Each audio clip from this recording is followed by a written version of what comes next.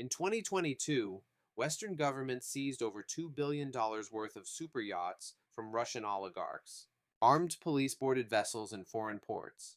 Crews were detained. One yacht was frozen mid-refit in a German shipyard. And every yacht owner in the world watched it happen and asked the same question. Not, is this legal? The question was, can they do this to mine? Because at a certain level, a superyacht isn't a boat. It's a sovereign asset floating in international waters. And when governments started seizing them, the entire industry realized how thin the line between luxury and liability actually is. This is how the world of superyachts actually works. Level 1. The entry point. This is where the word superyacht technically begins, and where most buyers drastically underestimate every cost involved. Entry price, $5 to $15 million.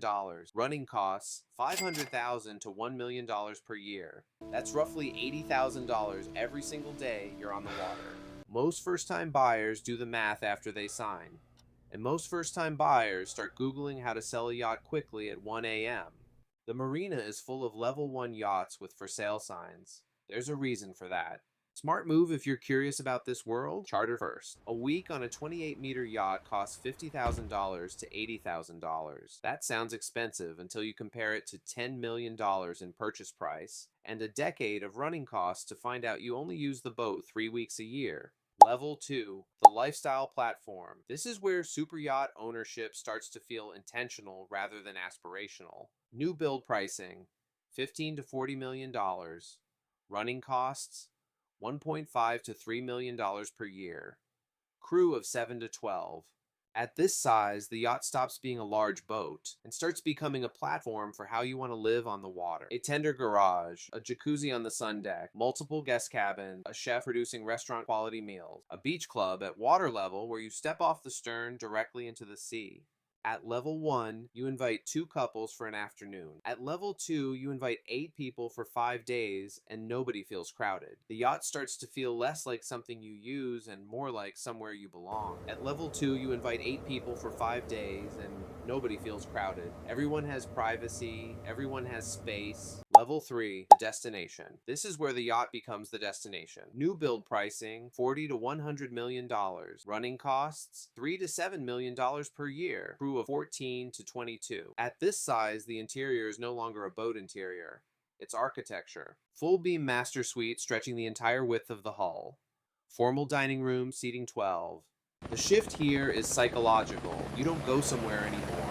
You arrive and the world adjusts to you. The yacht is already waiting when you land. The chef has planned every meal. Your preferred wine is stocked. You board. A $3,000 per night hotel suite is extraordinary, but it's shared. A 70-meter yacht anchored in the same bay is entirely yours. The water is yours. The schedule is yours. The silence is yours. Level 4, the private company. The water is yours. The schedule is yours. The silence is yours. New build pricing, $100 to $200 million.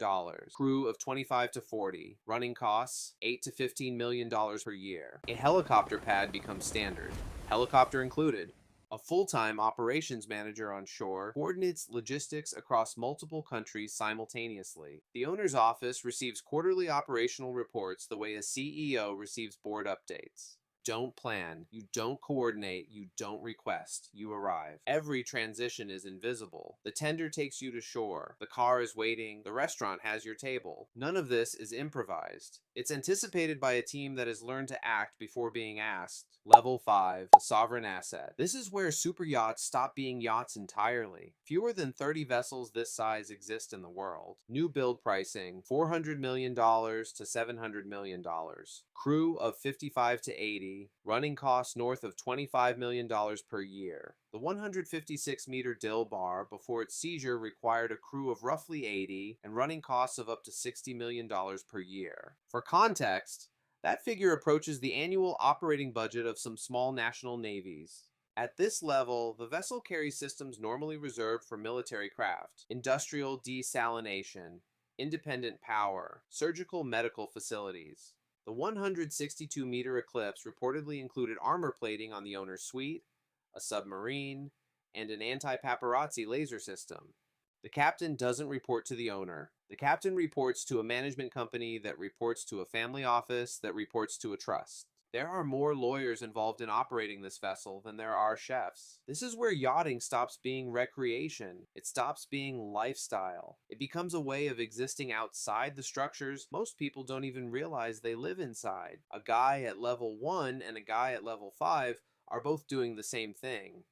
They're buying a version of the world where nobody else sets the rules. One is buying a weekend of it, the other is buying a lifetime. Because the yacht was never the point. The point is that nothing around you is fixed anymore. Not location, not schedule, not rules.